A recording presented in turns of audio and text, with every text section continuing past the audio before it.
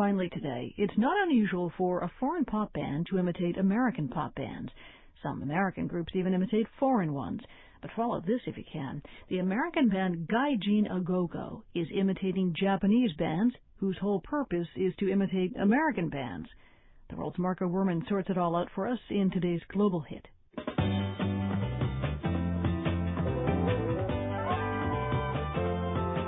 For years, Japanese chart toppers Pizzicato 5 have had a cult following here with their Far East take on lounge and pop.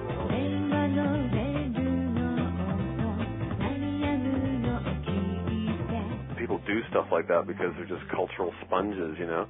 Steve McClure is well positioned to form opinions like that about the Japanese. He's the Asia bureau chief for Billboard magazine, based in Tokyo, and the author of Nippon Pop. But even McClure was taken by surprise by this.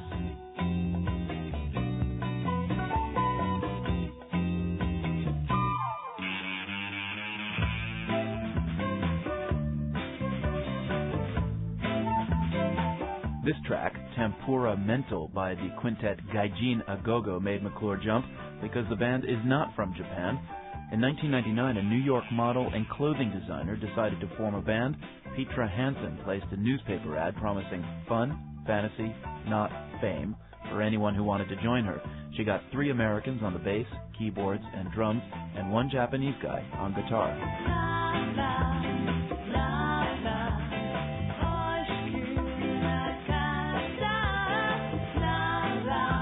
The reference points Petra Hansen used for the band's music were Japanese groups like Pizzicato 5, whose own reference points are Western pop. She's not a Japanophile per se. She just thought it would be cute to do this, pastiche of a pastiche of a pastiche or whatever, ultra kitsch, by re-importing the whole Japanese kitsch back into Japan. Japanese pop music writer Steve McClure says, though, there's a key difference between Gaijin A Go-Go's twice-removed pastiche and Japanese once-removed pastiches like Pizzicato 5. The thing with something like Pizzicato 5 is, and the thing that I think we as non-Japanese tend to underestimate, is that we assume that there's this conscious idea behind a lot of it.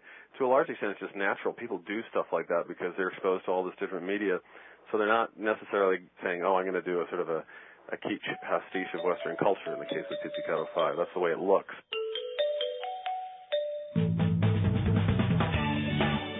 Whereas with Gaijin A Go-Go, it's, this has all been, thought out and planned, and, it's a conceptual art project as much as anything else.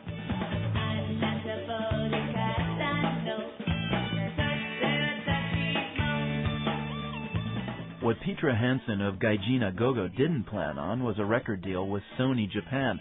Not that the band's debut CD, Happy 55 Lucky, is selling like sashimi. It's not. Gaijin A Go-Go's single Copycat, like a lot of the band's tunes, is sung in elementary Japanese, and Gaijin, meaning outside person, is one of those words that is awkwardly derogatory and approving at once. For Steve McClure, Gaijin A Go-Go has an uncertain future. I think it's a one-off, right? I don't think there's going to be, a whole series of Gaijin A Go-Go albums, and that's probably not what they want to do. I like their music, I think that it's good pop music, and I think it's fun that people do, kind of novelty tunes like that. But it's a bit weird. I don't know how to say it. Hi, I'm a Gaijin, and I like to pour soy sauce all over my rice. For the World, I'm Marco Werman. Hi, I'm a Gaijin. Oops.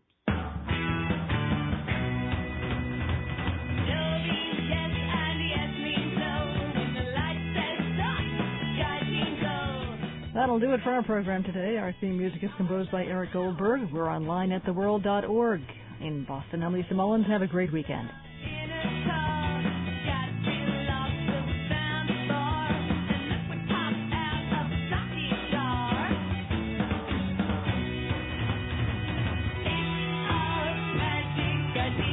The World is a co-production of the BBC World Service, Public Radio International, and WGBH Boston, supported in part by the PRI Program Fund.